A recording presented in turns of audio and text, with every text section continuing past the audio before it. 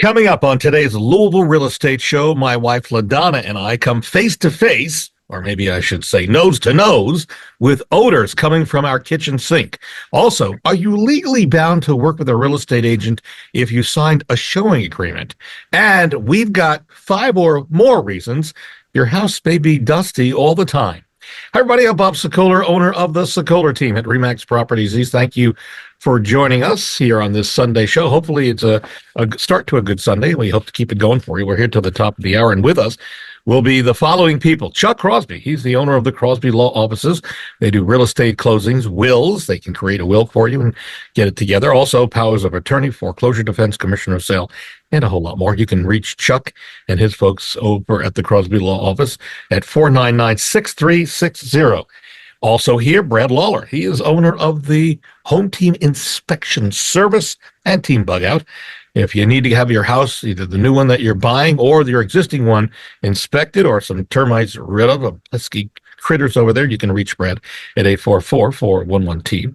And if you're thinking of selling your home now or in the near future, I'd love to be able to help you. Even if it's beyond the near future, I'd love to help you. Call me for a free, no obligation visit. I'll come out, we talk, and come up with a plan for you and decide what is the best thing for you to do. You can reach me anytime on my cell phone, 376-5483, or you can go to bobsellslouisville.com and fill out the form, or you can get a free instant home analysis by going to WeSellLouisville.com and clicking on the top of the page, and the computer will get you just a general idea of what your home is worth. All right. So we've got a variety of questions, and we'll start with Brad Lawler. And, Chuck, you may want to jump in here as well. Several weeks ago, we talked about odors coming from a sink, and I'm thinking, yeah, that's a possibility, but I never thought we would have to deal with it ourselves. And then this past week, wife LaDonna said, I'm smelling something coming from the sink. And I said, well, we did something on the radio show about that. At first, I thought she was kidding me, but she wasn't. And I'll tell you in a moment what we found. But Brad, first of all, what should people do in general when they smell an odor coming from a sink? Just recap for us. Well, I think we had talked about just, there's some things you can freshen, garbage disposals. That's a big culprit there. Throw some lemons in it, some orange pieces, citrus, helps. But there's also commercially available disposal cleaners that you put in and run through a cycled air foaming cleaner that will remove the scum that's in there, which is a big factor in those smells that people get. What about, and what's funny, I actually bought some of that stuff, and it's under the sink. I completely forgot about it until you just mentioned it. But what about bleach? Can you pour bleach down the disposal? Well, you've heard me talk. I'm not a big fan of bleach being used for anything as it relates to scums and molds, and I'm just not a fan. Will it kill it temporarily? Yeah, it might, but I don't think it's not a long-term solution for you. All right, so here's what we found. We had bought, when we bought this house, to protect, it's a porcelain sink. We bought one of these mats, and it has little feet on the bottom of it throughout the whole thing, but it kind of protects the porcelain from something damaging it, right? Yeah, it does. And it also collects a lot of other stuff. Yeah, right. But guys, I'm telling you, LaDonna is a very clean person. I mean, cleaner than anybody I've ever met. And so almost daily, in fact, I would say at least daily, maybe more, she is cleaning the sink, making sure it looks good. And if she's not doing it, her mom, Betty, who is living with us while her condo's being built, also in Norton Commons, does it. So I've got 2 women who are very particular about this. So I turned over this mat where these little feet are, and the bottom of it had black mold. Yeah. Yes. Absolutely. Yeah. That was what the smell, I think, was coming from. So the only thing I knew to do was I put the stopper in the sink and I filled it up a little bit, and then I added some bleach to it and let it sit for about 10 minutes. And it's gone. Yeah, you can do that. Anything to mechanically remove that scum, that mold that's building up on the back of it. Even just regular dishwashing liquids will remove that, but it's the mechanical action. The problem with bleach is that you're turning the materials there that are on the backside, you're bleaching the color out of them, but you're not necessarily removing them. So they're going to come back a little bit quicker. So you'd want to use a brush, use mechanical agitation to actually remove those things, that it'll stay cleaner longer that way. Okay, by mechanical, you mean brushes and sponges and yes, things correct. of that sort. Yeah. Yes. Sorry. Okay. All right, so let me follow up on that, Chuck, and that's a really good point. So, what if you do one and not the other? So, what if in your cleaning you brush it, but you don't kill it with like a bleach? Are you just defeating Just the purpose regular of soap will take care of it. Right. The regular dish soap, Dawn. Yeah. And then, I like to use what the French laundry calls a vegetable peeler. It's those little green, they look like a green piece of plastic cloth, and it's very abrasive. Hmm. Yeah. And you scrub it. Yeah, okay. Yeah, you scrub it. And that's all. Use a little Dawn. You'll be good to go. Yeah, if you think about it, it's just like washing our hands. Why do we wash our hands? Perfect. Is it the soap that's killing it, or is it the physical rubbing that's removing those dirt? It's a joint action, but without the mechanical. The mechanical is like what, 80% of the. Right. Yeah. All right. Yeah. You can see and hear a replay of today's show because we do record this. We put it up on YouTube, and the direct link to get there to see it is LouisvilleAnswers.com. That's LouisvilleAnswers.com. So if you hear something that might be of interest to you and you want to see it again, or hear it again, I should say, and then see it in person, you can go to LouisvilleAnswers.com. Chuck Crosby over at the Crosby Law Offices. An agent says her buyer or a buyer called for info on a home. And again, I should point out that we get a lot of local and maybe national agents who listen to the show because there's a lot of advice given. And so we will call, we know you're listening, and we appreciate that. We will call this agent Barbara, giving her a name. And so Barbara says she gave this buyer a lot of information. And then the buyer identified that they had signed an agreement with another agent, but now doesn't like what the other agent, lack of response and attention, wants to work with Barbara. So Barbara's thinking, okay, I'd like to, but how should Barbara proceed?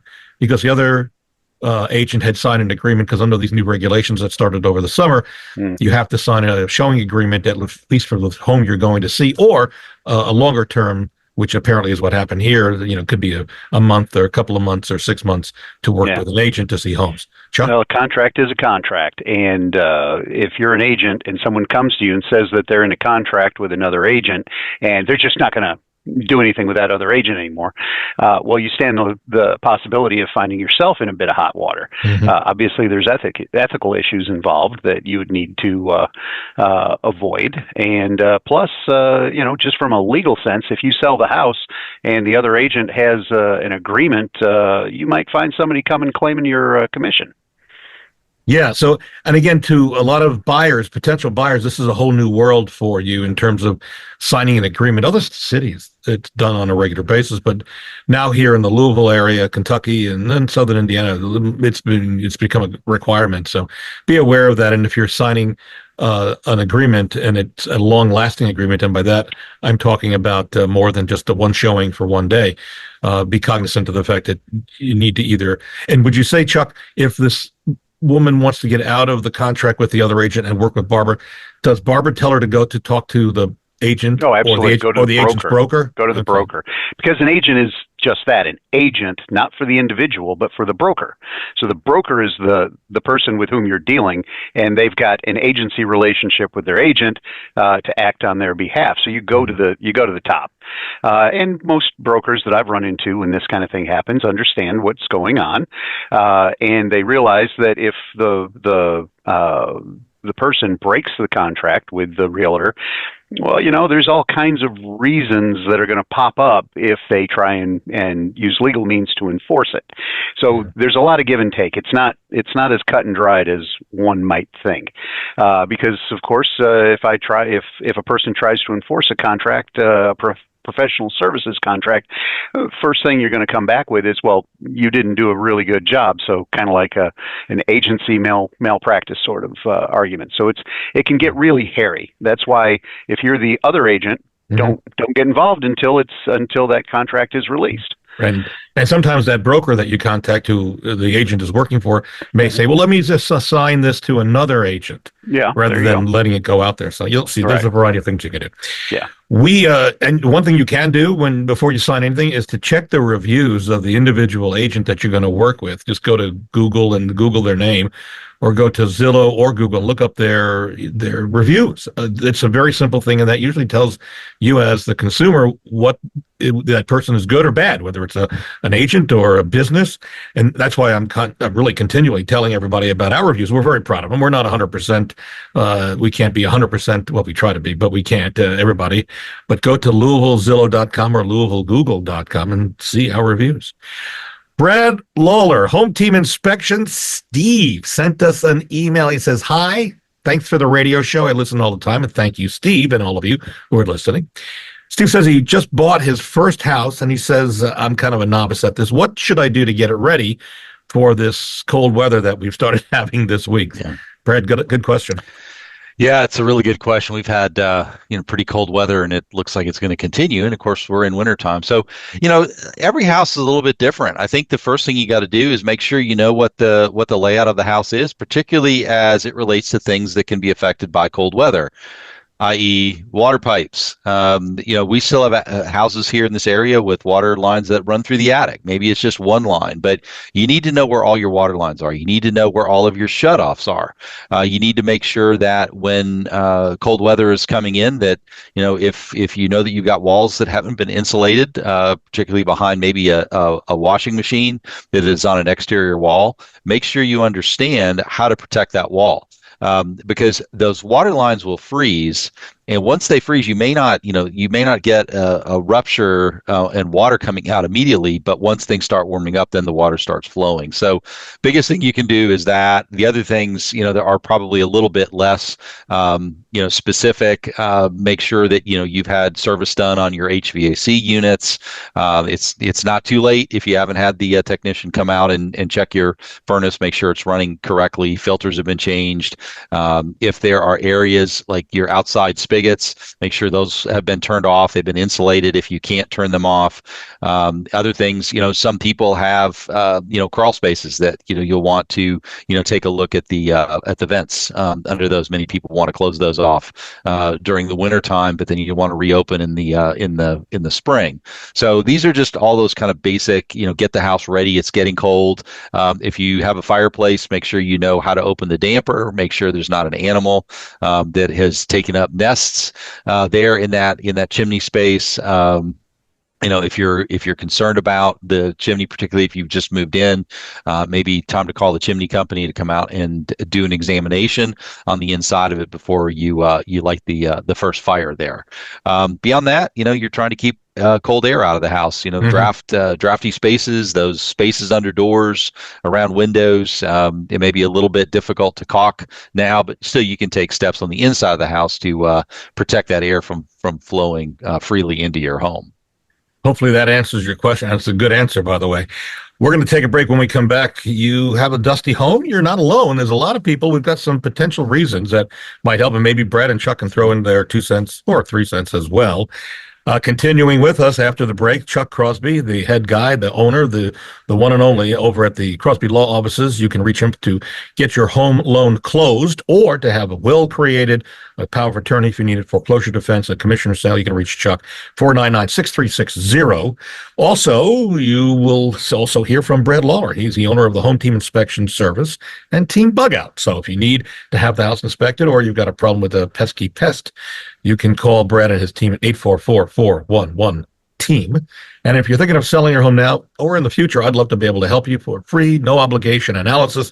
You simply call me. No home too big, no home too small. I work in Southern Indiana and throughout the Kentucky area. You can reach me at 376-5483 or go to bobsellslouisville.com and fill out the form. And if you'd like an instant analysis of what your home is worth, go to WeSellLouisville.com and then fill out the form at the top of the page. So click on that. We're back in a moment on News Radio 840 WHAS. News Radio 840 WHAS. Bob Sokoler, the Louisville Real Estate Show. We are here with you till the top of the hour. Thank you for staying with us. And thank you, Barbara Corcoran, for being a mentor and a friend. And you can see her on Shark Tank. Also staying with us, we've got Brad Lawler, owner of Home Team Inspection Service. They come in as a team. You can pick the home inspector that you want. And this is the great team and great group. You can reach Brad for an inspection or for Team Bug Out to get rid of bugs at your home. 844-411-TEAM. Also staying with us, Chuck Crosby, owner of the Crosby Law Offices. And you can reach Chuck for real estate closings to get that scheduled, because you can also pick the closing attorney you want. Also, if you need a will, really important, Chuck will do it for you. Powers of attorney he does, foreclosure defense, commissioner sale. You can reach Chuck 499-6360. And if you're thinking of selling your home now or in the future, I would love to be able to help you. You give me a call, it's free, no obligation. There's no home too big, no home too small. We can just talk about the process either on the phone, or I can come out in person, or you can do it by Zoom. And you can call me at 376-5483, or go to bobsellslouisville.com and fill out that form, hit submit. And for a free analysis of what your home is worth, go to wesellouisville.com and click at the top of the page. All right. We all have dusty homes. I mean, I don't know about you, but especially with two German Shepherds, JJ and Chloe they bring in the dirt and dust and all that. But it doesn't matter how diligent you are with cleaning, dust always returns. And aside from being active in terms of interior design, dust can cause major problems for those with allergies and respiratory problems. So here's some things that a list on the internet comes up with as reasons. And one of them is infrequent dusting. And unfortunately, a layer of dust will continue to accumulate until something's done about it. Ditch the feather duster for a damp microfiber cloth. Brad, are you on board with that microfiber? Yeah, I am on board with microfiber. I'm going to add something here later on, too. Okay, all right. Poor airflow will allow dust to build up more frequently in homes with poor circulation, in addition to opening windows. We've actually talked about that, and letting in some fresh air. Turn on ceiling fans, although you might want to dust the blades first to avoid further insult to injury. Outside factors: when a home, outdoor elements like pollen, dirt, and pollution have likely hitched a ride on your clothing and shoes. Also, high traffic areas of the home, such as entryways, tend to see an accumulation of dust quickly, because it's an area where there's a lot of foot traffic. And that could be, listen, we all know that as you walk into the house, a lot of people take their shoes off just to make sure, but what about the rest of your clothes? And then also drafty windows and doors allowing dust to come in. And then HVAC system, your air filter, need to make sure you change it. It's a first defense against dust, so swap out HVAC filters every 3 to 6 months in pet-free homes, and more often if you've got pets, obviously. Brad, you wanted to add? Yeah, the only thing I was going to add to that wet dusting is if you live in a home, particularly an older home, and I'm talking about pre-1978, that may have lead-based paint in the house, the best practice is to use a wet cloth. So whether it's wet microfiber, I'm okay with dusting polish, but you want to make sure that you're using a wet cloth to wipe the dust down, because it's possible that you have lead particles in that dust as well. So use wet dust in those older homes. Got it. Good idea. Good suggestion. Chuck Crosby over at the Crosby Law Offices. This one rings true and will ring true to a lot of people listening right now. Christina lives in a Louisville neighborhood. We won't mention which one. And she's having a problem with several, not just one, but several neighbors holding holiday parties that they're throwing right now at this time of year. She says she doesn't mind the noise of the music, but she's upset with the fact that visitors are parking their cars on both sides of the street, making it very difficult for cars, including Christina's, to get through. And she's wondering, what can I do, Chuck? Sort of a Molotov cocktail, probably not a whole lot. If there's an HOA, you can complain to the HOA, but the problem is HOA will say, hey, don't park cars there. Okay, well, the car's not there anymore. And if it's not an HOA, if it's just straight up Louisville, calling the LMPD to say, hey, there's cars parked here unsafely or improperly or whatever. My understanding is it takes a while before they actually do anything. Now, if it's unsafe, maybe call 911 and say, hey, there's all these cars parked unsafely. If an ambulance has to get through, it can't happen. Maybe that would get a little something going. But is there a legal thing you can do? Not really. I mean, by the time you could come up to somebody and say, hey, there's trespass, I'm going to get a lawyer, we're going to sue you, the party's over, the people are gone. So unless it's like they're running a nightclub in there and it's every night, there's just not a whole lot to do, except, take them an apple pie and say, hey, guy, you're being a bad neighbor. The old apple pie diplomacy, yeah. Yeah, it reminds me of an issue we're having in our HOA with a guy who he's deciding to park half on the grass, half on the drive, and half on the road. I mean, figure out how you can get 3/2 on a car. I don't know how he does it, but actually enforcing it is the big deal. He's not supposed to be on. He's only supposed to be on one, or he's not supposed to be on all, or. Yeah, there's parking spaces. You either park in the space, you park on your driveway, or you park in the garage. You don't park on the road and the grass and your driveway all at the same time. Imagine the angles here. Yeah, that's got to be a little tough. So, all right, so it's not just this one particular problem, Christina. But I will tell you, to her defense, that when it's a little snowy or icy out there, and then you got both cars and trying to fit through. Well, if something happens, then you've got liability changes. Parked car, parked improperly, parked unsafely. There may be something to do if something happens. But like I said, I've got a buddy who lives on a street much like the one you're describing. Yeah. And cars park illegally, improperly, whatever. He calls the police, and they'll get around to it when they get around to it. Yeah, they got other things. Gosh, I mean that. Yeah, but still. Yeah.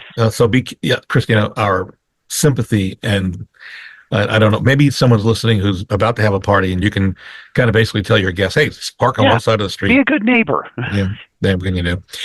A reminder, if you're thinking about selling your home, we actually have a free, no obligation booklet that has hundreds of useful tips. If you'd like a copy, it's very simple. Send me an email, bob@WeSellLouisville.com.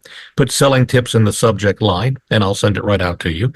And if you're thinking about an inspection, what does that entail? Our friend Brad Lawler has put together a similar type booklet on what to expect from a home inspection. Again, send an email to me, bob@WeSellLouisville.com, and put in the subject line home inspection, and then I'll send that out to you. And if you want to send us a question for our radio show, that's also simple. Send it to bob@WeSellLouisville.com and just put radio show question in the subject line, and then put the question in the body of the email. And that is exactly what happened with Samantha. She just bought a home. She sent me this email for Brad Lawler over at Home Team Inspection Service. The email asks about sump pumps. Now, Brad, we've talked about sump pumps in the past, but Samantha says her home has one, and it works. She's heard it going off when it rains. That's good, but she doesn't know how old it is or if it needs to be replaced. And in this email, she's asking, as a homeowner who might be listening to us, when should a sump pump be replaced? How do you know how old it is? Is there a life expectancy? And how do you know when it was initially put into service? Because it's not on a disclosure if you're selling a home, correct? Yeah, that's a good question, and it may be a tricky answer. So all of the pumps will have a label on them, and the label is going to show you, likely what the manufactured date is. Not always, but most of the times. I hear a butt coming. Yeah, well, exactly, because they're not all the same. There's not a standard for them. And the other problem is that some homes, the sump pumps run all the time, and they will go out more quickly than the one like I have in my house. I mean, I'm living in a house that's now close to 40 years old. Yeah. I don't know that my sump pump ever turns on ever. Oh. So, so the question there is, the good thing is that she's still hearing the sump pump running. There's no evidence of water. One of the things that I would suggest, everybody has a water sensor near their sump pump, so that if you did have any sort of overflow, that it would trigger the sensor. I have a system in my house called a water bug. Roost makes one. There's a lot of different products. If you have an alarm company, talk to your security folks. They can put a water sensor down there. It'll just give you a little bit of some security. If you're concerned about it, if you ever see any water coming out of the crock, I would just contact a plumber, go ahead and swap the sump pump out. They're not that expensive. It's cheap medicine to replace it preventively. But again, I don't know that I can tell you exactly how long they're going to last, just because every house is set up a little bit differently, and some pumps run, some don't. Yeah, and the concern I have is the label of when it was manufactured is going to be on the sump pump. That's usually in the crock, and some of those crocks are sealed because of radon mitigation, and then you're not going to be able to see it. So can't see them. Exactly. Yeah, it's a real concern. Maybe that needs to. Well, I don't know how you put that on a disclosure. Chuck Crosby over at the Crosby Law Offices. Who would know? Yeah. That's one of the up in the air questions. Yeah. All right, final question for Chuck Crosby. Boyle wrote us an interesting email. He says, what type of attorney does he need, Chuck Crosby? He says he broke up with his girlfriend and they own a house and 2 cars together. Besides a divorce, maybe attorney, he doesn't say it was a wife; it's a girlfriend. So what does he do? Well, there's a whole lot more laws related to divorcing a spouse than breaking up with a girlfriend. Thing is, though, it still falls under the same category types of laws. So the practitioners in domestic relations, that's what you're looking for, a domestic relations practitioner. I've got plenty of names of really great ones that handle pretty much any of these aspects. It's like I said, there's not a whole lot of laws relating to breaking up with a girlfriend as opposed to breaking up with a spouse, but that's not to say there aren't any. Plus, typical contractual agreements exist. It's not entirely a lost cause, but yeah, be a domestic relations practitioner. All right, and we'll give out Chuck's number in a moment. On that note, also a reminder, you can see a rebroadcast, actually see it because we're recording and sending it to YouTube. This show, you can go to LouisvilleAnswers.com. That's LouisvilleAnswers.com. And while you're at it, if you want to see what sellers are saying about us, actually video, you can go to LouisvilleSellersTalk.com. That's LouisvilleSellersTalk.com for some interviews I've done with our past clients. We are out of time, and my thanks to our folks who have spent the past half hour with us, and they do a great job. Chuck Crosby, the owner of the Crosby Law Offices, they have a great reputation. They do a great job, personal service, and they get the job done.